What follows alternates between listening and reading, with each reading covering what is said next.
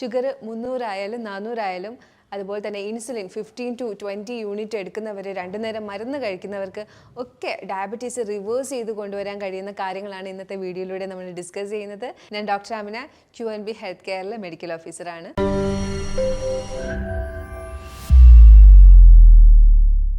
ഒരു പ്രമേഹ രോഗി ഒന്നും കഴിക്കരുത് എന്ന് പറയുന്നത് ഒരു മിഥ്യാധാരണയാണ്. പ്രമേഹ രോഗി അങ്ങനെ കഴിക്കരുത് ഇങ്ങനെ കഴിക്കരുത് എന്നൊക്കെ ഉണ്ടാവാം, പക്ഷേ ഒന്നും കഴിക്കരുത് എന്നൊക്കെ പറയുന്നത് ഒരു മിഥ്യാധാരണ തന്നെയാണ്. പ്രമേഹ രോഗി ഒരുവിധം നല്ല രീതിയിൽ ജീവിതശൈലി നോക്കി മുന്നോട്ട് കൊണ്ടുപോയാൽ പ്രമേഹത്തിൽ നിന്ന് നിങ്ങളുടെ ശരീരത്തെ, പ്രമേഹം ഉണ്ടാകുന്നത് കാരണം ഉണ്ടാകുന്ന അപകടങ്ങളിൽ നിന്നൊക്കെ നിങ്ങളുടെ ശരീരത്തെ നല്ല രീതിയിൽ രക്ഷിക്കാൻ പറ്റും. പ്രമേഹം എന്ന് പറയുന്നത് ഉറപ്പായിട്ടും ഒരു സൈലന്റ് കില്ലർ തന്നെയാണ്. കാലക്രമേണ നമ്മുടെ വൃക്കകളെയും അതുപോലെ തന്നെ നരമ്പുകളെയും കണ്ണുകളെയും ഒക്കെ പതിയെ പതിയെ നശിപ്പിക്കുന്ന, കൈകാലുകൾ മുറിച്ചു മാറ്റുന്ന അവസ്ഥ വരെ എത്തിക്കാൻ പറ്റുന്ന ഒരു സൈലന്റ് കില്ലർ തന്നെയാണ് പ്രമേഹം. എന്നാൽ എങ്ങനെയാണ് പ്രമേഹ രോഗം ഉണ്ടാകുന്നത്, എന്തുകൊണ്ടാണ് ഇത് അപകടാവസ്ഥയിലേക്ക് എത്തുന്നത് എന്നൊക്കെ ഒരു പ്രമേഹ രോഗി ഉറപ്പായും അറിഞ്ഞിരിക്കേണ്ട കാര്യമാണ്. പ്രമേഹം ഒരുപക്ഷെ ജീൻ വഴി, DNA വഴി അച്ഛനമ്മമാരിൽ നിന്നും മക്കളിലേക്ക് വരാം.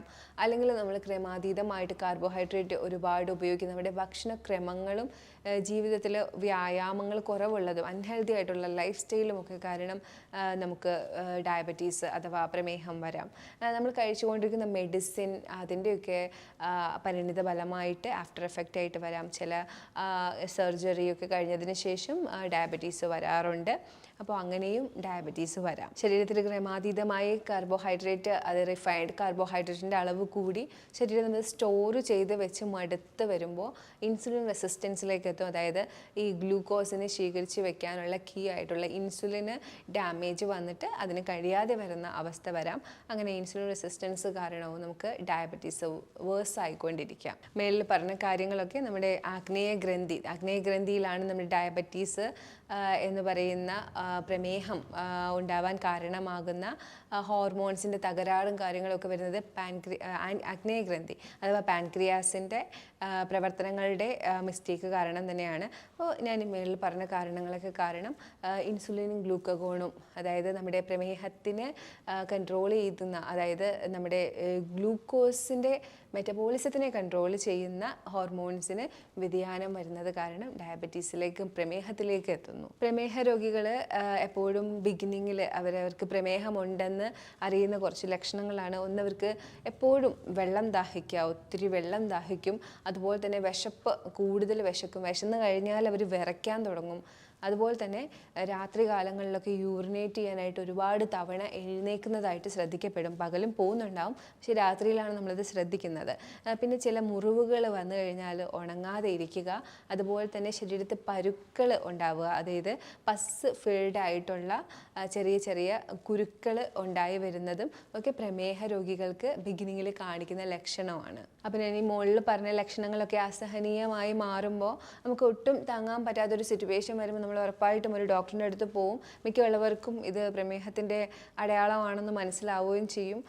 ഡോക്ടർ നിർദ്ദേശിക്കുന്ന മരുന്നുകൾ നമ്മൾ എടുക്കാൻ തുടങ്ങും. ചില ആളുകൾ മരുന്ന് എടുക്കാതെ ഇരിക്കാം, ചില ആളുകൾ മരുന്ന് എടുത്തുകൊണ്ട് കൃത്യതയില്ലാത്ത ലൈഫ് സ്റ്റൈൽ ഫോളോ ചെയ്യാം. എനിക്ക് പറയാനുള്ളത്, നമ്മൾ പലരും മരുന്നിനെ കുറ്റം പറയാറുണ്ട്. മരുന്ന് കഴിച്ചാണ് എൻ്റെ കിഡ്നി പോയത് അല്ലെങ്കിൽ എൻ്റെ കണ്ണ് പോയത് എന്നൊക്കെ പറയാറുണ്ട്. മരുന്ന് കഴിച്ചത് കൊണ്ട് മാത്രം നിങ്ങൾക്ക് ഒരിക്കലും കിഡ്നിയും കണ്ണും ഒന്നും പോവില്ല. നിങ്ങൾ മരുന്ന് കഴിച്ചുകൊണ്ട് കൃത്യമായ ലൈഫ് സ്റ്റൈൽ ഫോളോ ചെയ്തില്ലെങ്കിൽ നിങ്ങൾക്ക് ഇങ്ങനെ സംഭവിക്കാം. നിങ്ങൾ മരുന്ന് കഴിക്കുകയാണ് എന്ന് പറയുന്ന റീസൺ വെച്ചിട്ട് റിഫൈൻഡ് കാർബോഹൈഡ്രേറ്റും ഷുഗർ കണ്ടൻറ്റുള്ള സ്വീറ്റും കാര്യങ്ങളൊക്കെ ക്രമാതീതമായി കഴിച്ചുകൊണ്ടിരിക്കുകയാണ്, ഒരു കൃത്യതയും ഇല്ലാതെ കഴിക്കുകയാണെങ്കിൽ ഉറപ്പായിട്ടും ഒരു ദിവസത്തിൽ 1-2 തവണ ഷുഗറിൻ്റെ ഹൈക്ക് കൂടുതലായിരിക്കും ബോഡിയിൽ. അങ്ങനെ കൂടി നിൽക്കുന്ന ഷുഗർ ഹൈക്ക്, ഗ്ലൂക്കോസ് ഹൈക്കുള്ള സമയങ്ങളിൽ നമ്മുടെ അവയവങ്ങളിൽ ഡാമേജ് വരും. ഷുഗറിൻ്റെ കണ്ടൻറ്റ് കാരണം ഡാമേജ് വരാൻ തുടങ്ങും. 10-20 വർഷമാകുമ്പോഴത്തേക്കും കിഡ്നിയിൽ പ്രശ്നം, അല്ലെങ്കിൽ കണ്ണിന് തിമിരം, അത് കണ്ണിന് കാഴ്ച പോകുന്നു, കയ്യിലും കാലിലും തരിപ്പ്, മരവിപ്പ്, അങ്ങനെയുള്ള പ്രശ്നങ്ങൾ ഒക്കെ പ്രകടമാവാൻ തുടങ്ങും. അവസാനമായി മൂത്രം കൺട്രോൾ ചെയ്യാൻ പറ്റാതെ വരികയും പിടിച്ചു നിർത്താൻ പോലും കഴിയാത്ത അവസ്ഥയും വൃക്ക തകരാറിലാവുകയും മൂത്രം പോവാതിരിക്കുകയും ഒക്കെ ചെയ്യുന്ന സിറ്റുവേഷൻ, വൃക്ക തകരാറുകൾ ഒക്കെ ഉണ്ടായി അതൊരു എൻഡ് സ്റ്റേജിലേക്ക് പോകുന്ന അവസ്ഥയിലേക്ക് വരെ വരാം. എന്നാൽ ഇതൊന്നും സംഭവിക്കാതെ നമുക്ക് കൃത്യമായിട്ട് നമ്മുടെ ആരോഗ്യം സംരക്ഷിക്കാവുന്നതേ ഉള്ളൂ നല്ല ജീവിതശൈലിയിലൂടെ. ഞാൻ എപ്പോഴും പറയുന്ന കാര്യമാണ്, നമ്മൾ ഓരോരുത്തരും ഓരോ കണ്ടീഷൻ അനുസരിച്ചായിരിക്കും ഒരു 10-25 വയസ്സ് കഴിഞ്ഞ് കഴിഞ്ഞാൽ പിന്നെ ജീവിക്കേണ്ടി വരുന്നത്. നമ്മുടെ ബോഡിയിൽ ഉണ്ടാകുന്ന കണ്ടീഷൻസ് മിക്കുള്ള ആളുകൾക്കും എന്തെങ്കിലുമൊക്കെ ഒരു കണ്ടീഷൻ ഉണ്ടാവും. നടുവേദനയോ അല്ലെങ്കിൽ ഡയബറ്റീസോ അല്ലെങ്കിൽ മുട്ടുവേദനയോ അല്ലെങ്കിൽ ഒബീസിറ്റിയോ എന്തെങ്കിലും ഒരു കണ്ടീഷനെ ഫേസ് ചെയ്യുന്നുണ്ടാവും, തൈറോയിഡോ PCODയോ. അപ്പോൾ അതിനനുസരിച്ചായിരിക്കും പിന്നെ നമ്മൾ നമ്മുടെ ലൈഫ് സ്റ്റൈൽ ചേഞ്ച് ചെയ്ത് കൊടുക്കേണ്ടത്. അപ്പോൾ ആ ഒരു രീതിയിൽ പോവുകയാണെങ്കിൽ നമുക്ക് പൂർണ്ണമായിട്ടുള്ള ആരോഗ്യവും ഉണ്ടാവും, അതുപോലെ തന്നെ നമ്മുടെ ഈ കണ്ടീഷനും ഒരു പ്രശ്നവും ഉണ്ടാവില്ല. അപ്പോൾ ഡയബറ്റീസുകാരുടെ കാര്യം പറയുമ്പോൾ നമ്മൾ അവോയ്ഡ് ചെയ്യാനുള്ളത് വെള്ള അരി, അതായത് പോളിഷ് ചെയ്ത അരി അവർ തൊടാതിരിക്കുക. അതുപോലെ തന്നെ വൈറ്റ് ഷുഗർ, പ്രോസസ്സ് ചെയ്തിട്ടുള്ള ഷുഗർ തൊടാതിരിക്കുക. അതുപോലെ തന്നെ മൈദ, അത്തരത്തിലുള്ള റിഫൈൻഡ് ആയിട്ടുള്ള സാധനങ്ങൾ അവർ തൊടാതിരിക്കുക. അപ്പോൾ ഇത്രയും മെയിനായിട്ട് അവർ ശ്രദ്ധിക്കേണ്ട കാര്യങ്ങൾ ഈ ഒരു കാര്യങ്ങളാണ്. ഒരു പ്രമേഹ രോഗി കഴിക്കേണ്ട ഭക്ഷണങ്ങളും ഉണ്ട്. അതായത് പ്രമേഹ രോഗി എപ്പോഴും ഫൈബർ കൂടുതൽ കഴിക്കണം. എപ്പോഴും ഞാൻ പറയും, കാർബോഹൈഡ്രേറ്റ് നമ്മൾ കഴിക്കും, എല്ലാവരും കാർബോഹൈഡ്രേറ്റ് കഴിക്കുന്ന ആളുകളാണ്. അപ്പോൾ കാർബോഹൈഡ്രേറ്റ് റിഫൈൻഡ് കഴിക്കാതിരിക്കുക. അപ്പോൾ ബ്രൗൺ റൈസോ മില്ലറ്റോ റാഗിയോ എന്തെങ്കിലും നിങ്ങൾ എടുക്കുന്നുണ്ടെങ്കിൽ അതിൻ്റെ ഇരട്ടി എമൗണ്ട് ഫൈബർ എടുക്കണം. അതായത് നമ്മുടെ കേരളത്തിലെ എളുപ്പമാണ്, നമ്മുടെ അവിയൽ കൂടുതൽ പടവലവും കുമ്പളവും ഇതൊക്കെ ഇട്ട് തടിയനും ഒക്കെ ഇട്ട് ഉണ്ടാക്കുന്ന നമ്മുടെ അവിയൽ, അത് വളരെ ഹെൽത്തി ആയിട്ടുള്ളൊരു ഫൈബർ ഫുഡാണ്. കായ, പച്ചക്കായ വളരെ നല്ലതാണ് ഡയബറ്റിക് പേഷ്യൻസിന്. ബീൻസിലൊക്കെ ഒത്തിരി നാരുണ്ട്. കോളിഫ്ലവർ, ക്യാബേജ്, തൈറോയിഡിൻ്റെ പ്രശ്നമൊന്നും ഇല്ലെങ്കിൽ ക്രൂസിഫറസ് വെജിറ്റബിളൊക്കെ തൈറോയിഡ് പേഷ്യൻസിന് വളരെ നല്ലതാണ്. ഡയബറ്റീസ് പേഷ്യൻസിന് ഫ്രൂട്ട്സ് കഴിക്കാമോ എന്ന് ചോദിക്കാറുണ്ട്. ഫ്രൂട്ട്സ് കഴിക്കാം. അമിതമായാൽ അമൃതും വിഷം എന്ന് പറയുന്നത് പോലെ ഫ്രൂട്ട്സിൽ ഗ്ലൂക്കോസ് അല്ല ഫ്രക്ടോസ് ആണെന്നേ ഉള്ളൂ. ഫ്രക്ടോസ് ആണെങ്കിൽ കൂടി അത് ബോഡിയിൽ അത് വിഘടിച്ച് ഗ്ലൂക്കോസ് ആയിട്ട് തന്നെയാണ് സ്റ്റോർ ചെയ്യുന്നത്. അപ്പോൾ അതിന് സമയമെടുക്കുമെന്നേ ഉള്ളൂ. പിന്നെ വേറൊരു ഗുണം എന്ന് പറയുന്നത് ഈ ഫ്രൂട്ട്സിനകത്ത് ഫൈബർ കൂടെയുണ്ട്. അപ്പം നമ്മൾ കാർബോഹൈഡ്രേറ്റ് എടുക്കുമ്പം അതിൻ്റെ കൂട്ടത്തിൽ ഫൈബർ കഴിക്കാൻ പറയുന്നത് ആ ഗ്ലൂക്കോസ് ഒരുപാട് ബോഡിയിലേക്ക് അബ്സോർബ് ചെയ്യുന്ന തടയാനായിട്ടാണ്. പണ്ടത്തെ കാലത്തെന്ന് പറയുന്നത് ബ്രാനുള്ള റൈസ് ആയിരുന്നു. അതിനെ പൊളിഷ് ചെയ്ത് അതിൻ്റെ ബ്രാൻ കളഞ്ഞിട്ടാണ് ഇപ്പോൾ വൈറ്റ് റൈസ് കാര്യങ്ങളൊക്കെ വരുന്നത്. ബ്രാൻ ഇല്ലാത്ത അരിയാണ് ഇപ്പോൾ കൂടുതൽ. അപ്പം ബ്രാനുള്ള അരിയിൽ തന്നെ നമുക്ക് ഉറപ്പ് വരുത്താൻ പറ്റില്ല ഇത് ബ്രാനുള്ളതാണോ, ഇത് ബ്രാനാണോ അല്ലയോ എന്നൊന്നും നമുക്ക് അത്ര പെട്ടെന്ന് നമുക്ക് ഉറപ്പ് വരുത്താൻ പറ്റില്ല. അതിൽ തന്നെ ഡയറ്റ് ബ്രൗൺ റൈസ് ഒക്കെ നിങ്ങൾ ചോദിച്ച് മേടിക്കുകയാണെങ്കിൽ നവരയരി, ഡയറ്റ് ബ്രൗൺ റൈസ് ഇതൊക്കെ ചോദിച്ച് മേടിച്ച് ഉപയോഗിക്കുകയാണെങ്കിൽ അതിൽ ബ്രാനുണ്ട്. നിങ്ങൾക്കത് വേവിക്കുമ്പോൾ തന്നെ മനസ്സിലാവും കുറച്ച് കട്ടിയുള്ള റൈസാണ്. അപ്പോൾ ഇതിനെ നമുക്ക് കഴിക്കാൻ ടേസ്റ്റിനനുസരിച്ച് പോളിഷ് ചെയ്തെടുത്തപ്പോഴാണ് പ്രശ്നം വന്നത്. അത് റിഫൈൻഡ് കാർബോഹൈഡ്രേറ്റ് ആവുകയും ഫൈബർ ഇല്ലാതിരിക്കുകയും ചെയ്തത്. ഇത് പറഞ്ഞതുപോലെ ഫ്രൂട്ട്സിൻ്റെ കൂട്ടത്തിൽ എന്തുണ്ട്, ഫൈബർ കൂട്ടത്തിൽ തന്നെ ഇരിപ്പുണ്ട്. അതുകൊണ്ട് തന്നെ അത് കുറച്ച് മാത്രമേ ബ്ലഡിലേക്ക് അതിൽ വരുന്ന ഫ്രക്ടോസ് ആയാൽ പോലും അബ്സോർബ് ആവുകയുള്ളൂ. അതാണ് ഫ്രൂട്ട്സിൻ്റെ ഒരു ഘടന എന്ന് പറയുന്നത്. അതുകൊണ്ടത് നമ്മുടെ പ്രമേഹ രോഗികൾക്ക് കഴിക്കാം, പക്ഷേ അതിലും ലിമിറ്റുണ്ട്. അതിൽ തന്നെ ആപ്പിൾ, പൈനാപ്പിൾ, തണ്ണിമത്തൻ, പോമഗ്രാനറ്റ്, പേരക്ക ഇതിലൊക്കെ കുറച്ച് ഫൈബർ കൂടുതലും അതുപോലെ തന്നെ ഷുഗർ കണ്ടൻറ്റ് കുറവും ഉള്ള ഫ്രൂട്ട്സാണ്. അതിൽ ആപ്പിളിൽ തന്നെ ഗ്രീൻ ആപ്പിളാണ് കൂടുതലായിട്ടും സജസ്റ്റ് ചെയ്യുന്നത്. ഫ്രൂട്ട്സിൻ്റെ കാര്യം പറയുമ്പോൾ തന്നെ പറയാനുള്ളത്, പഴവർഗ്ഗങ്ങൾ കൊണ്ടുണ്ടാക്കുന്ന ജ്യൂസ് പ്രമേഹ രോഗികൾ എടുക്കാതിരിക്കുക. നമ്മുടെ പേഷ്യൻസ് എപ്പോഴും ചോദിക്കും, മറ്റുള്ളവർക്കെല്ലാം നിങ്ങൾ മറ്റു ജ്യൂസുകൾ കൊടുക്കുന്നുണ്ടല്ലോ, നമുക്ക് മാത്രം എന്തായി കുമ്പളങ്ങ ജ്യൂസ് തരുന്നതെന്ന്. അതിന് കാരണം നമ്മൾ ജ്യൂസ് ആക്കി കൊടുക്കുമ്പോൾ അതിനകത്ത് ഫൈബർ എല്ലാം പോയി പെട്ടെന്ന് ഷുഗർ ഹൈക്കാവും. ഫ്രക്ടോസ് ആയാൽ കൂടി ഷുഗർ ഹൈക്കാവും. ഷുഗർ ആഡ് ചെയ്യാത്തതാണെങ്കിലും അത് കൂടും. അപ്പോൾ അതുകൊണ്ടാണ് ജ്യൂസ് ആക്കി കൊടുക്കാത്തത്. നമുക്ക് ജ്യൂസ് ഒരു എനർജി ഡ്രിങ്ക് ആയിട്ട് ബാക്കിയുള്ളവർക്ക് കുടിക്കുന്നതിൽ പ്രശ്നമില്ല. പക്ഷേ ഡയബറ്റീസ് പേഷ്യൻസ് ജ്യൂസ് കുടിക്കാതിരിക്കുക, പഴവർഗ്ഗം കൊണ്ടുണ്ടാക്കിയ ജ്യൂസ് കുടിക്കാതിരിക്കുക. നിങ്ങൾക്ക് കുമ്പളനീരോ വെള്ളരിക്കയുടെ നീരോ കുക്കുംബറിൻ്റെ നീരോ ഒക്കെ നിങ്ങൾക്ക് എടുക്കാം. ക്യാരറ്റ് ആയാലും അധികം അങ്ങോട്ട് പ്രിഫർ ചെയ്യില്ല, കാര്യം അതിൻ്റെ ഫൈബർ മാറ്റിയിട്ടാണല്ലോ നമ്മൾ എടുക്കുന്നത്. അപ്പോൾ ഇതൊക്കെയാണ് നിങ്ങൾക്ക് എടുക്കാൻ പറ്റിയ ജ്യൂസ് എന്ന് പറയുന്നത്. എപ്പോഴും ഡയബറ്റിക് പേഷ്യൻസ് സാലഡ്സ് ആക്കിയിട്ടോ ഫ്രൂട്ട് കട്ട് ആക്കിയിട്ടോ ഒക്കെ പഴവർഗ്ഗങ്ങൾ എടുക്കുക. Chia seed, flax seed, pumpkin seed ഇങ്ങനത്തെ സീഡ് വെറൈറ്റീസ് എന്നും ഉൾപ്പെടുത്തുന്നുണ്ടെന്ന് ഉറപ്പ് വരുത്തുക. ഡയബറ്റിക് പേഷ്യൻസിന് ക്രമേണ അവരുടെ നെർവിനൊക്കെ ഡാമേജ് വരുന്നതാണ്. അപ്പോൾ അവർക്ക് വൈറ്റമിൻസും മിനറൽസും വളരെ ഇമ്പോർട്ടൻ്റ് ആണ്. ഒരു 10 വർഷമായി നിങ്ങളുടെ ഡയബറ്റീസ് ഒക്കെ വന്നിട്ടെങ്കിൽ നിങ്ങൾ ഉറപ്പായിട്ടും നിങ്ങളുടെ വൈറ്റമിൻസും മിനറൽസും ഒക്കെ കറക്റ്റ് ആണോ എന്ന് നിങ്ങൾ വിലയിരുത്തണം ഇടയ്ക്കിടയ്ക്ക്. അത് കറക്റ്റ് അല്ല എങ്കിൽ ഒരു ഡോക്ടറുടെ സഹായത്തോടു കൂടി കൃത്യമായിട്ട് ആ ഒരു വൈറ്റമിൻസും മിനറൽസും ഒക്കെ സപ്ലൈ ചെയ്യുകയും ചെയ്യണം. അതുപോലെ ഇമ്പോർട്ടൻ്റ് ആണ് നട്ട്സും ഡ്രൈ ഫ്രൂട്ട്സും, ആൽമണ്ടും കാഷ്യൂവും വാൾനട്ടും, അതുപോലെ തന്നെ ഫിഗും ഡേറ്റ്സും ഡ്രൈഡ് ഗ്രീപ്സും ഒക്കെ അടങ്ങുന്ന ഡ്രൈ ഫ്രൂട്ടും കുറച്ച് എമൗണ്ട് നിങ്ങൾ എടുത്തിരിക്കണം. കാര്യം ഞാൻ നേരത്തെ പറഞ്ഞ പോലെ ഡയബറ്റിക് പേഷ്യൻസിൽ അബ്സോർപ്ഷൻ കുറയുകയും അവർക്ക് ന്യൂട്രീഷൻ ഡെഫിഷ്യൻസി വരികയും ഒക്കെ ചെയ്യും. അതുപോലെ തന്നെ മസിൽ വേസ്റ്റേജ് ഉണ്ടായിട്ട് നമുക്ക് തിന്നായി പോകുന്ന അവസ്ഥ ഒക്കെ ഉണ്ടാവുന്ന ഒരു കണ്ടീഷനാണ് ഡയബറ്റീസ് എന്ന് പറയുന്നത്. അപ്പോൾ ന്യൂട്രിയൻസിൻ്റെ കാര്യത്തിൽ നിങ്ങൾ എപ്പോഴും ശ്രദ്ധിക്കുക. അത് ഒരു 6 മാസം 1 വർഷത്തിൽ ഇടവിട്ട് നിങ്ങൾ ചെക്കിംഗ് ഒക്കെ ചെയ്ത് വേണ്ടിയുള്ള മിനറൽസും വൈറ്റമിൻസും ഒക്കെ കൃത്യമായിട്ട് ഒരു ഡോക്ടറുടെ സഹായത്തോടു കൂടി സപ്ലൈ ചെയ്ത് കൊടുക്കുക. ധാന്യങ്ങളിൽ നിങ്ങൾക്ക് എടുക്കാൻ പറ്റിയത് മില്ലറ്റ്സും രാഗിയും ബ്രൗൺ റൈസും അല്ലെങ്കിൽ കോൺ, അതൊക്കെ നിങ്ങൾക്ക് എടുക്കാൻ പറ്റിയതാണ്. അതിൽ തന്നെ എന്നും നിങ്ങൾ ധാന്യങ്ങൾ കഴിക്കണം എന്ന് നിർബന്ധമില്ല. ഇടയ്ക്ക് നിങ്ങൾക്ക് ഒരു ദിവസം ഫ്രൂട്ട് ഡയറ്റോ അല്ലെങ്കിൽ ഫ്രൂട്ട് ഡയറ്റ് എപ്പോഴും ഞാൻ പ്രിഫർ ചെയ്യില്ല, എന്നാലും ഒരു ദിവസമൊക്കെ കഴിച്ചെന്ന് പറഞ്ഞ പ്രശ്നമില്ല.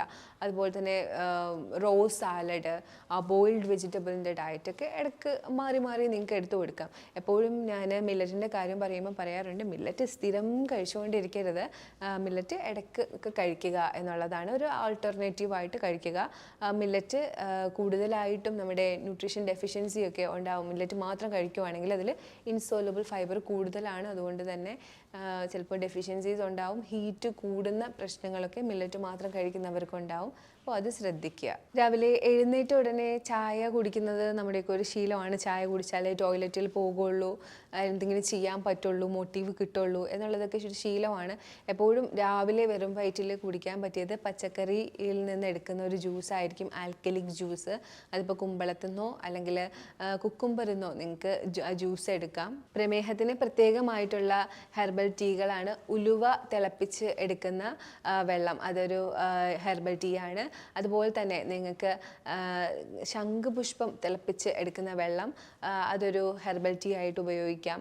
പേര ഇല തിളപ്പിച്ച വെള്ളം ഒരു ഹെർബൽ ടീ ആയിട്ട് ഉപയോഗിക്കാം. അതുപോലെ നിങ്ങൾക്ക് ഉപയോഗിക്കാൻ പറ്റിയതാണ് കെമൊമൈൽ എന്ന് പറയുന്ന അതൊക്കെ നമുക്ക് കടയിൽ നിന്ന് മേടിക്കാൻ കിട്ടുന്നത്. ആ ടീ കുടിക്കാം. ഒരു ദിവസം ഗ്രീൻ ടീ എടുക്കാം. അങ്ങനെ നിങ്ങൾക്ക് ഡയബറ്റീസുകാർക്ക് ഉപയോഗം കിട്ടുന്ന ടീകളാണ് നിങ്ങൾക്ക് എടുക്കുന്നത് കൊണ്ട് നിങ്ങളുടെ ഹാബിറ്റ് നടന്നു പോകും. അതുപോലെ തന്നെ നിങ്ങൾക്ക് ഉപയോഗവും കിട്ടുന്ന ടീകളാണ് ഞാൻ ഈ പറഞ്ഞ ടീകൾ, അത് തിളപ്പിച്ച് എടുക്കുന്ന വെള്ളം. ഇതിന് കൂട്ടത്തിൽ ഹിബിസ്കസ് ടീ, നമ്മുടെ ചെമ്പരത്തിയുടെ ഇതള് തിളപ്പിച്ചെടുക്കുന്ന വെള്ളം നല്ലതാണ്. അതുപോലെ തന്നെ കുറച്ച് ടെർമറിക്, നമ്മുടെ പച്ചമഞ്ഞൾ ആഡ് ചെയ്തിട്ട്, പൊടിച്ച മഞ്ഞളായാലും കുഴപ്പമില്ല, അത് ആഡ് ചെയ്തിട്ട് തിളപ്പിച്ചെടുക്കുന്ന വെള്ളം വളരെ നല്ലതാണ്. നമുക്ക് ഇഷ്ടപ്പെടുന്ന രീതിയിലുള്ള ഒരു ടീയാണ് പെപ്പർ മിൻറ്റ് ടീ. അതായത് പെപ്പറും നമ്മുടെ പുതിന ഇലയും ചേർത്തിട്ട് ഉണ്ടാക്കുന്ന ടീ കുറച്ച് സ്ട്രോങ് ആയിരിക്കും. ഇപ്പം നമുക്ക് ചായ വിട്ട് കളയാൻ പറ്റാത്തവർക്കൊക്കെ ആദ്യമൊക്കെ ട്രൈ ചെയ്യാൻ പറ്റിയതാണ് പെപ്പർ മിൻറ്റ് ടീ എന്ന് പറയുന്നത്. അതുപോലെ ഷുഗറുകാർക്ക്, അതായത് പ്രമേഹ രോഗികൾക്ക് എടുക്കാൻ പറ്റുന്ന ചില സ്വീറ്റ്നേഴ്സും മധുരത്തിന് വേണ്ടി ഉപയോഗിക്കാൻ പറ്റുന്ന സ്വീറ്റ്നേഴ്സും ഒക്കെ ഉണ്ട്. അതിനെക്കുറിച്ചുള്ള ഡീറ്റെയിൽസ് ആയിട്ടുള്ള വീഡിയോ ഞാൻ ചെയ്യുന്നുണ്ട്. മേപ്പിൾ സിറപ്പും തേനും അതുപോലെ തന്നെ സ്റ്റീവിയ, അതൊക്കെ ഉപയോഗിക്കുന്നത് എങ്ങനെയാണെന്നുള്ള വീഡിയോ ഞാൻ ഉടനെ തന്നെ ചെയ്യുന്നുണ്ട്. മേപ്പിൾ സിറപ്പും ഹണിയും ഒക്കെ ഒരു കണക്കൊക്കെ വെച്ച് കൃത്യതയോടുകൂടി ബാക്കിയുള്ള എല്ലാ കൺട്രോളും ചെയ്തുകൊണ്ട് എടുക്കുകയാണെങ്കിൽ വലിയ കുഴപ്പമില്ലാതെ, നമുക്ക് മധുരമില്ലാതെ പറ്റില്ല എന്ന് പറയുന്നവർക്ക് മുന്നോട്ട് പോകാവുന്നതേ ഉള്ളൂ. ഡയബറ്റീസുകാർക്ക് രാവിലെ കഴിക്കാൻ പറ്റിയ കുറച്ച് ബ്രേക്ക്ഫാസ്റ്റിനെ കുറിച്ച് ഒരു ചെറിയ ബ്രീഫ് ഡിസ്കഷൻ തന്നെ ഞാൻ തരാം. അതായത് നമ്മളെപ്പോഴും അപ്പം, പുട്ട് ഇങ്ങനെയുള്ളതൊക്കെയാണല്ലേ കഴിക്കുന്നത്. അപ്പോൾ എപ്പോഴും അപ്പമൊക്കെ കഴിക്കുമ്പോൾ ഒരു അപ്പം എടുത്തതിന് ശേഷം ഒരു മുട്ടയും കുറച്ചധികം വെജിറ്റബിൾ സാലഡും എടുക്കുക. അതുപോലെ തന്നെ രാവിലെ ഒരു പുഴുങ്ങിയ ഏത്തപ്പഴവും ഒരു മുട്ടയും എടുക്കുകയാണെങ്കിൽ നിങ്ങൾക്ക് നല്ല രീതിയിൽ ഫൈബറും പ്രോട്ടീനും കിട്ടുന്ന ഒരു ഡയറ്റാവും. അതുപോലെ നിങ്ങൾക്ക് ചെയ്യാൻ പറ്റിയ വേറൊരു കാര്യമാണ് കുറച്ച് അരിമാവിനകത്തോ ഗോതമ്പ് മാവിനകത്തോ കൂടുതൽ വെജിറ്റബിൾസ് അരിഞ്ഞിട്ട് ഒരു മുട്ടയും കൂടി ചേർത്ത് ഒരു ദോശ പോലെ ആക്കിയെടുക്കുന്നത്. കുറച്ച് പുട്ടും കൂടുതൽ കടലക്കറിയും എടുത്തു കഴിഞ്ഞാലും നിങ്ങൾക്കൊരു ബാലൻസ് കിട്ടുന്നുണ്ട്. അതിൻ്റെ കൂട്ടത്തിൽ കുറച്ച് സാലഡും കൂടി ആഡ് ചെയ്ത് കഴിഞ്ഞാൽ ഫൈബറും ആയി. ഒരു ചപ്പാത്തിയിൽ കുറച്ചധികം വെജിറ്റബിൾസും ചിക്കൻ അല്ലെങ്കിൽ എഗ്ഗ് ഒന്ന് സോട്ട് ചെയ്ത് ഇട്ടതും കൂടി ചേർത്ത് ഒരു റോള് ആക്കി കഴിക്കുകയാണെങ്കിൽ രാവിലത്തെ ബ്രേക്ക്ഫാസ്റ്റിന് അത്യാവശ്യം അത്യാവശ്യം ഫില്ലിംഗ് ആയിട്ടുള്ള ഹെൽത്തി ആയിട്ടുള്ള ഡയബറ്റിക് ഫ്രണ്ട്ലി ആയിട്ടുള്ള ഒരു ബ്രേക്ക്ഫാസ്റ്റ് അങ്ങനെയും നിങ്ങൾക്ക് ചെയ്യാം. ഞാൻ എപ്പോഴും ഡിസ്കസ് ചെയ്യുമ്പോൾ പറയാറുള്ളതാണ് ഇടനേരം എന്ന് പറയുന്നത്. അതായത് നമ്മൾ 3 നേരമാണല്ലേ ഭക്ഷണം കഴിക്കുന്നത്, രാവിലെ, ഉച്ചയ്ക്ക്, വൈകിട്ട് ഡിന്നർ. അപ്പോൾ ഇതിന് ഇടനേരത്ത്, അതായത് രാവിലേക്കും ഉച്ചയ്ക്കും ഇടയിലൊരു 11 മണി, അതുപോലെ തന്നെ ഉച്ചയ്ക്കും വൈകിട്ടിനും ഇടയിലൊരു 2-3 അതിനിടയിലുള്ള സമയം, ആ സമയങ്ങളിൽ നിങ്ങൾ എന്തെങ്കിലും ഹെൽത്ത് ബെനിഫിറ്റ് ഉള്ള ഒരു സപ്ലിമെൻറ്റ് കൊടുക്കണം, എന്തെങ്കിലും ഒന്ന് സപ്ലൈ ചെയ്ത് കൊടുക്കണം. അതിനായിട്ട് നിങ്ങൾക്ക് വേണമെങ്കിൽ ബാർലി വാട്ടർ എടുക്കാം, അല്ലെങ്കിൽ ഒരു മോരും വെള്ളം കുടിക്കാം, അല്ലെങ്കിൽ നട്ട്സ് കുതിർത്തത്, അല്ലെങ്കിൽ ഫ്രൂട്ട് കട്ട്, അങ്ങനെ എന്ത് വേണമെങ്കിലും. പിന്നെ ഞാൻ എപ്പോഴും പറയുന്നതാണ്, നിങ്ങൾ മറ്റുള്ള സമയങ്ങളിൽ നട്ട്സും സീഡ്സും ഒന്നും കഴിക്കുന്നില്ലെങ്കിൽ ഈ നട്ട്സും സീഡ്സും ഡ്രൈ ഫ്രൂട്ടും എല്ലാം കൂടി ഒന്ന് ബ്ലെൻഡ് ചെയ്ത് ബോൾസ് ആക്കി വെച്ചിട്ട് അത് ഈ ഒരു ഇടനേരത്ത് കഴിക്കുക. കാര്യം നമ്മൾ ഓഫീസിലൊക്കെ പോകുമ്പോൾ ഇതെല്ലാം കൊണ്ടുപോകാൻ പറ്റില്ല, പക്ഷേ ഇതൊന്ന് ബ്ലെൻഡ് ചെയ്ത് വെച്ചിരിക്കുകയാണെങ്കിൽ, ഇതൊന്നും ഒരു ചെറിയ ബോൾ കൊണ്ടുപോവുകയാണെങ്കിൽ നിങ്ങൾക്കുള്ള ന്യൂട്രിയൻസും സപ്ലൈ ആയി, അതുപോലെ തന്നെ നിങ്ങൾക്ക് പെട്ടെന്ന് വിശക്കുകയില്ല. ഇനി നമുക്ക് ലഞ്ചിൻ്റെ കാര്യം പറയാം. ലഞ്ച് ഒരുപാട് തവണ എക്സ്പ്ലെയിൻ ചെയ്തിട്ടുള്ളതാണ്, നിങ്ങൾക്കും ഇപ്പോൾ അറിവുണ്ടായിരിക്കും. ലഞ്ച് എപ്പോഴും പോർഷൻ കൺട്രോൾ ചെയ്തെടുക്കുക. കുറച്ച് ഒരു പ്ലേറ്റ് എടുക്കുകയാണെങ്കിൽ അതിൽ ഒരു കുറച്ച് ഭാഗം ചോറ് എടുക്കുക, കൂടുതൽ ഭാഗം വെജിറ്റബിൾസ്, അവിയൽ പോലെ എന്തെങ്കിലും വെജിറ്റബിൾസ് ഒന്ന് സോട്ട് ചെയ്തതോ ഒക്കെ എടുക്കുക. അതിൽ ചോറിനേക്കാളും കുറച്ച് കുറവ് നിങ്ങൾ പ്രോട്ടീൻ എടുക്കുക. ചിക്കനും മീനും അല്ലെങ്കിൽ മുട്ടയോ അതിലേതെങ്കിലും ഒന്ന്, എല്ലാം കൂടി ഒരുമിച്ചല്ല, അതിലേതെങ്കിലും ഒന്ന് എടുക്കുക.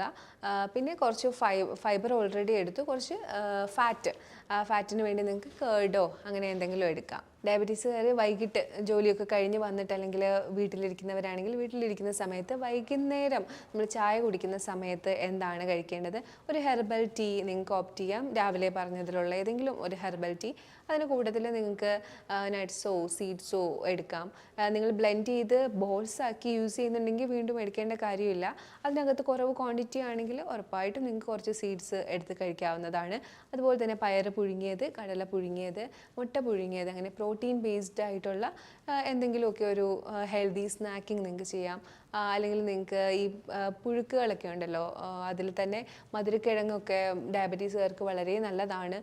അവർക്ക് നല്ല ഫൈബർ ഉള്ളതാണ് മധുരക്കിഴങ്ങ്. അപ്പോൾ മധുരക്കിഴങ്ങ്, ചേന ഒക്കെ വളരെ നല്ല ട്യൂബർ ഗണത്തിൽപ്പെട്ടതിൽ ഡയബറ്റീസുകാർക്ക് എടുക്കാൻ പറ്റിയതാണ്. അപ്പോൾ അങ്ങനെയുള്ളതും നിങ്ങൾക്ക് കഴിക്കാവുന്നതാണ്. 8 മണിക്ക് മുമ്പ് നല്ല രീതിയിൽ പ്രോട്ടീൻ റിച്ച് ആയിട്ടുള്ള ഒരു ഫുഡായിരിക്കണം കഴിക്കേണ്ടിയുള്ളത്. ഞാൻ നേരത്തെ പറഞ്ഞു മസിൽ വേസ്റ്റേജ് ഉണ്ടാവുന്നതാണ്. അപ്പോൾ നമ്മൾ നല്ല രീതിയിൽ പ്രോട്ടീനാണ് ഡയബറ്റീസുകാർക്ക് സപ്ലൈ ചെയ്ത് കൊടുക്കേണ്ടത്. അപ്പം പയർ കറിയും ചപ്പാത്തിയും, അല്ലെങ്കിൽ മുട്ടക്കറിയും ചപ്പാത്തിയും, കുറച്ച് ചിക്കനും ചപ്പാത്തിയും, മീൻ, അങ്ങനെയൊക്കെ ഉള്ള രീതിയിലുള്ള ഫുഡായിരിക്കണം എടുക്കേണ്ടിയുള്ളത്. ഒരുപാട് ക്വാണ്ടിറ്റി കഴിക്കണം എന്നുള്ളതല്ല, ക്വാളിറ്റിയിൽ വേണം നിങ്ങൾ ഫുഡ് കഴിക്കാനായിട്ട്. ഡയബറ്റീസുകാർക്കും എക്സസൈസ് വളരെ ഇമ്പോർട്ടൻ്റ് ആണ്. അതിൽ മെയിനായിട്ട് ചെയ്യേണ്ടതാണ് വാക്കിംഗ്. അതുപോലെ തന്നെ സ്റ്റെപ്പിൽ കയറി ഇറങ്ങുന്നത് വളരെ നല്ലതാണ് പാൻക്രിയാസിൻ്റെ മൂവ്മെൻറ്റ്സിന്. അതുപോലെ തന്നെ ഹൈ ഇൻറ്റൻസിറ്റി ഇൻ്റർവെൽ എക്സസൈസ് എന്ന് പറയുന്ന ഒരു 20 മിനിറ്റ് ഒക്കെ വരുന്ന നമ്മുടെ കൂടുതലായിട്ടും കാർഡിയോ വർക്കൗട്ട്സ് ആയിട്ടുള്ള പുഷപ്പും സ്ക്വാട്ട്സും ഒക്കെ ഇൻവോൾവ് ആയിട്ട് വരുന്ന കുറച്ച് എക്സസൈസുകളുണ്ട്. അത് 1 മിനിറ്റ് 2 മിനിറ്റ് നേരങ്ങളിൽ ചെയ്യുന്നതാണ്. അങ്ങനെ ഒരു 20 മിനിറ്റ്സ് ചെയ്യുന്ന ആ വർക്കൗട്ട്സ് ചെയ്യുന്നതും ഡയബറ്റീസുകാർക്ക് വളരെ നല്ലതാണ്. അവർക്ക് മസിൽസ് ബിൽഡ് ചെയ്യാനും മസിൽ വേസ്റ്റേജ് വരാതിരിക്കാനും ഒക്കെ ആയിട്ടാണ് ഈ ഒരു എക്സസൈസ് നമ്മൾ ചെയ്യിപ്പിക്കുന്നത്. ഉറക്കം എല്ലാവർക്കും വളരെ ഇമ്പോർട്ടൻ്റ് ആണ്. അതുപോലെ തന്നെ ഡയബറ്റീസുകാർക്കും നല്ലൊരു ഉറക്കം അവരുടെ ക്ലെൻസിങ്ങിനും അവരുടെ ക്ഷീണമൊക്കെ മാറാനും ഒക്കെ ഹെൽപ്പ് ചെയ്യാനായിട്ട് നല്ലൊരു ഉറക്കം ആവശ്യമാണ്. ഉറക്കമില്ലാത്തവർ ഉറക്കം വരാനുള്ള കാര്യങ്ങൾ ചെയ്യുക. ഡോക്ടറിനോട് പ്രത്യേകം പറയുക, എനിക്ക് ഉറക്കം വരുന്നില്ല എന്നൊക്കെയുള്ള കാര്യങ്ങൾ. നമുക്ക് ഡയബറ്റീസുകാർക്ക് വീട്ടിൽ ചെയ്യാൻ പറ്റിയ 2-3 നാച്ചുറോപ്പതി ട്രീറ്റ്മെൻറ്റ്സ് ഉണ്ട്. അതിലൊന്നാണ് ഹിപ്പ് ബാത്ത് എന്ന് പറയുന്നത്. അതായത് ഒരു ടബിനകത്ത് പൊക്കിൾ വരെ മുങ്ങുന്ന രീതിയിൽ വെള്ളം നിറച്ച് അതിലേക്ക് ഇരിക്കുക. 20 മിനിറ്റ് നമ്മുടെ ബ്ലഡ് സർക്കുലേഷനൊക്കെ ഒന്ന് കൂടി നമ്മുടെ പാൻക്രിയാസും അത് അനുബന്ധിച്ചിട്ടുള്ള ഓർഗൻസും ഒക്കെ ഒന്ന് വർക്ക് ചെയ്യാനായിട്ടാണ്. അതുപോലെ തന്നെ രാത്രിയിൽ കിടക്കുന്നതിന് മുമ്പോ മറ്റോ നിങ്ങൾക്ക് ഒരു ടവൽ 4 ഫോൾഡായി മടക്കി അതൊന്ന് വെറ്റ് ചെയ്ത് അബ്ഡോമിനൽ അപ്ലൈ ചെയ്ത് കൊടുക്കാം. ഇതും ഇതുപോലെ തന്നെ നമുക്കൊന്ന് അബ്ഡോമിനൽ ഓർഗൻസ് ഒക്കെ വർക്ക് ചെയ്തൊന്ന് റെഗുലർ ആവാനായിട്ടാണ്. ഇനി നിങ്ങൾക്ക് ചെയ്യാൻ പറ്റിയത് ഉറക്കമൊക്കെ ഒന്ന് മെയിൻറ്റെയിൻ ചെയ്യാനും ശരീരത്തിലെ എല്ലാ ബ്ലഡ് സപ്ലൈയും കാര്യങ്ങളും ഒന്ന് സ്റ്റിമുലേറ്റ് ആവാനും ഹോട്ട് ഫുഡ് ഇമേർഷൻ ഒരു ബക്കറ്റിൽ ചൂടുവെള്ളം എടുത്ത് കണങ്കാല് വരെ മുക്കി ഒരു 20 മിനിറ്റ് ഇരിക്കുക. ഇതിൽ ഏതെങ്കിലുമൊക്കെ നിങ്ങൾ ആൾട്ടർനേറ്റ് ആയിട്ട് ഒന്ന് പ്രാക്ടീസ് ചെയ്യുക എവറിഡേ.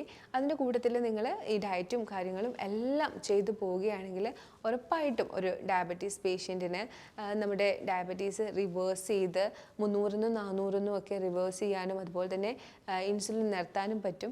നിങ്ങൾക്കിത് ഒറ്റയ്ക്ക് ചെയ്യാൻ പറ്റുന്നില്ലെങ്കിൽ ഉറപ്പായിട്ടും നമ്മൾ ഓൺലൈൻ ഗൈഡൻസും കാര്യങ്ങളും ഒക്കെ കൊടുക്കുന്നുണ്ട്. നിങ്ങൾക്ക് കോൺടാക്റ്റ് ചെയ്യാവുന്നതാണ്. ഞാനീ പറഞ്ഞ കാര്യങ്ങളെല്ലാം നിങ്ങൾക്ക് ഉപയോഗപ്പെട്ടെന്ന് തന്നെ വിചാരിക്കുന്നു. നിങ്ങൾക്ക് ഇനി വേറെ എന്തെങ്കിലുമൊക്കെ ഡൗട്ട് ഉണ്ടെങ്കിൽ നമ്മളെ കാണുന്ന നമ്പറിലേക്ക് നിങ്ങൾക്ക് കോൺടാക്റ്റ് ചെയ്യാവുന്നതാണ്. അതുപോലെ കൺസൾട്ടേഷന് വേണ്ടിയും ഓൺലൈൻ കൺസൾട്ടേഷന് വേണ്ടിയും നിങ്ങൾക്ക് കോൺടാക്റ്റ് ചെയ്യാവുന്നതാണ്. ഇനിയൊരു വീഡിയോയിലേക്ക് കാണുന്നവരേക്കും ബൈ.